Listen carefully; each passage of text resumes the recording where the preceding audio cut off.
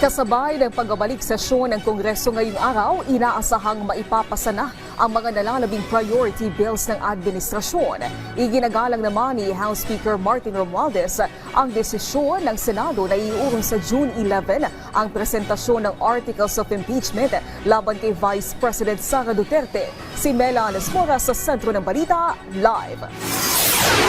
Naomi, nirerespeto ni House Speaker Martin Romualdez ang mga hakbang ng Senado kaugnay ng impeachment trial ni Vice President Sara Duterte. Sa ngayon, inaabangan natin yung sesyon ng Kamara kung saan inaasahang isasalang na ang mga nalalabing priority bills ng administrasyon.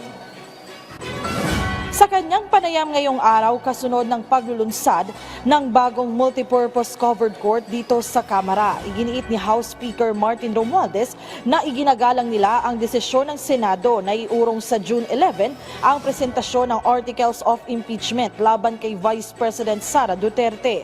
Ayon kay Romualdez, nasa Senado na ang bola ngayon. Bagamat may agam-agam ang ilan na baka tuluyan ng hindi matuloy ang paglilitis dahil sa mga delay, gito Romualdez lahat ay speculative pa sa puntong ito pero umaasa silang magiging positibo ang kahihinatnan ng issue.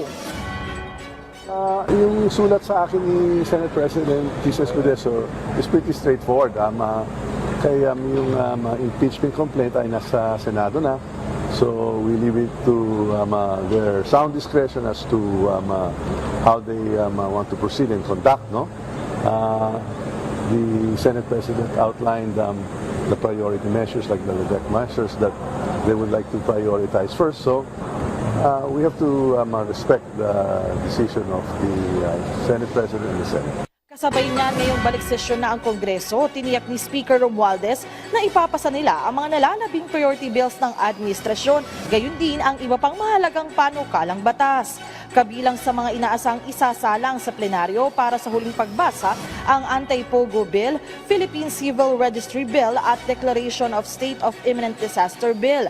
Nariyan din ang AIX Bill at panukalang pagpapalawak pa ng mga benepisyo at pribilehiyo ng mga senior citizens sa bansa. Well, we have 2 weeks before we adjourn Sine Die.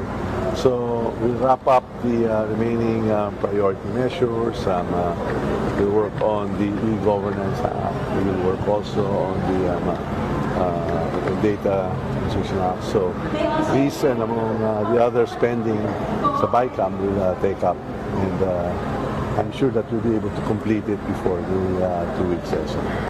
Bukod naman dito, Naomi, tuloy-tuloy rin ang mga pagdinig dito sa Kamara. Kanina inaprobahan na ng House Committee on Overseas Workers Affairs ang committee report para sa substitute bill na nagsusulong ng komprehensibong reintegration program para sa mga OFWs na uuwi na ng bansa. What makes this measure so important is that it directly addresses what many of our OFWs worry about. What happens after the contract ends, after they come home. Reintegration isn't just about giving them seminars or token programs. It's about building a future they can look forward to. It's also making sure that they are not treated as heroes only when they're abroad, but also when they come home. Sa panayam kay Speaker Romualdez ay natanong din yung issue ukol sa dito nga sa wage hike bill na nakabinbin pa rin ngayon dito sa Kamara. At sabi naman ni Speaker Romualdez dahil gumugulong na yung proseso nito ay abangan na lamang din kung ano yung mangyayari dahil ginagalang nila kung ano yung magiging pasya ng mayorya ukol dito. Naomi? Maraming salamat, Mela Anesmora.